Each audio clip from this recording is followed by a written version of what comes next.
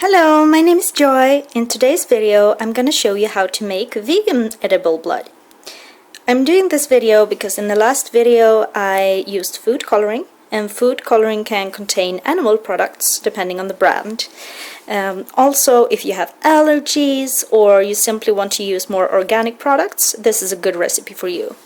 Like before, we're gonna use water. We're gonna use a light syrup, and of course you can use a darker if you want a darker shade.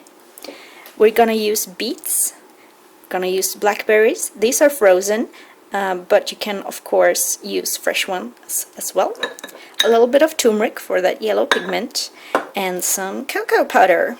Alright, also this video's triggers are, like before, the fake blood, and I deem this suitable for children as well. And if you're a parent, you might want to sit with your child if they are scared of the sight of blood, although being fake. Alright, let's get started. Something that I will do differently in this video is that I'm gonna start with the beets and not the syrup. You can start with the syrup if you want to, absolutely. I'm simply starting with the beets because I'm gonna eat them later, and yeah, no waste. So I'm gonna go ahead and bring that to a boil. This will take like just a few minutes after the boil and they will be done and you can take them out. I'm gonna leave them until they're done though, because like I said before, I'm gonna eat them later. So the beets are done, and what I've done is simply taking out the beets and lowering this to medium heat. Now it's time to add the syrup. Let's go about that much, maybe.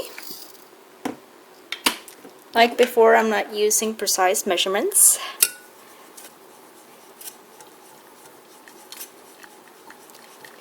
Whisk that in a little bit.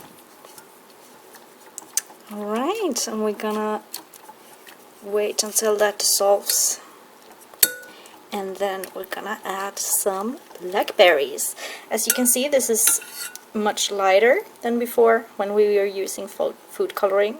It's also a bit more pink, though I think the light here makes it a shade more yellow, since it's directly beneath the lamp.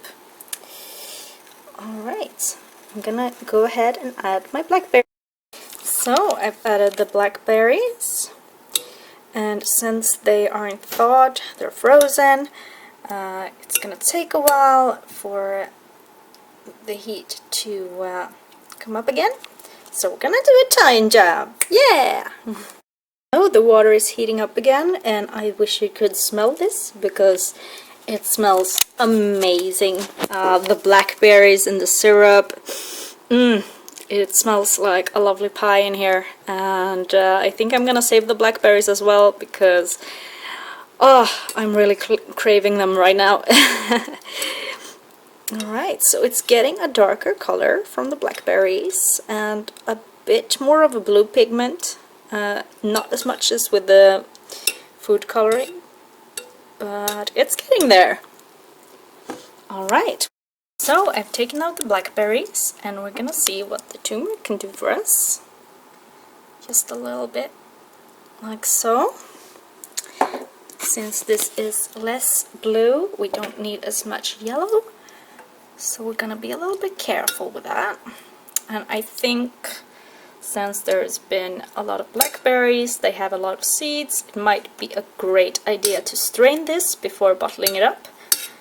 But we're not entirely done yet. Though this seems like it could be dark enough, maybe. I think that some cocoa powder would bring it to the right. Yeah.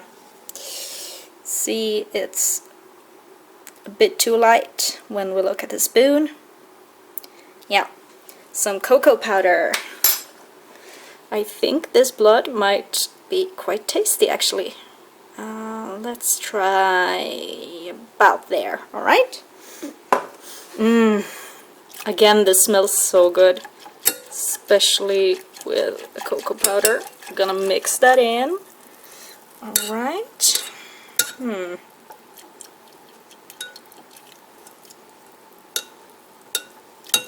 Gonna see how that looks.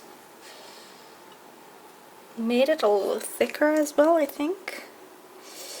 Yeah, no, it's still a bit too light for my taste. Maybe we should add more syrup, because I think it's too runny as well, and the darkness of the syrup will help us a little on the way. I think we might be helped by some soy in this blood, perhaps.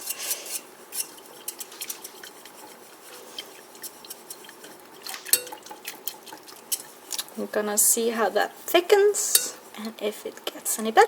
So I've checked on the spoon again, and the consistency is way too runny.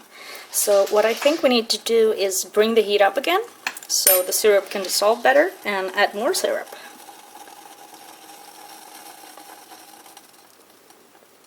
Yeah, let's try that.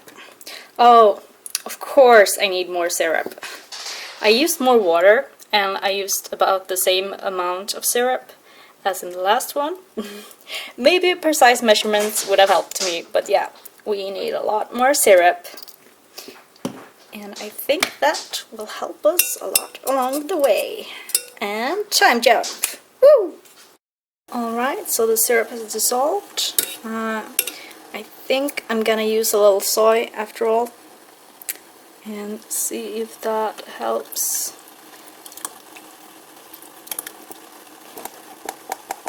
There we go. I mean, it doesn't look too bad. Like here, a little brownish maybe. But when I look at the spoon, I mean, it's definitely more of an arterial blood look. I wasn't that happy with the trail, but I think it's coming along now actually. Yeah, with the vegan blood I would recommend using the dark syrup, is what I've gathered from this experiment. But it doesn't look too bad on the spoon right now. Yeah. Alright, maybe we should let this cool off and see how it looks on the hand. Okay, so I was worried before, but first impression in the hand is pretty good. Yeah. I mean, the trail is definitely okay. It flows pretty good, maybe a bit runny, but yeah. Where did you go? Where'd you go, little drop? There you are. Yeah. It's a bit sheer, but most edible bloods are. So you just have to use more of it. And let's taste test. That is pretty good. Usually edible blood is just edible, not so tasty. This is amazing. Very sweet, and chocolate and blackberry, perfect combination. Yes, I love it. So we're gonna go ahead and bottle this. So I almost forgot that I said that I was gonna strain it, but I'm doing that, and I'm using just a coffee filter and a funnel. Very easy. So this will be bottled soon. And there we go, all bottled up. Perfect. Yeah, that's it. See you next time. Bye.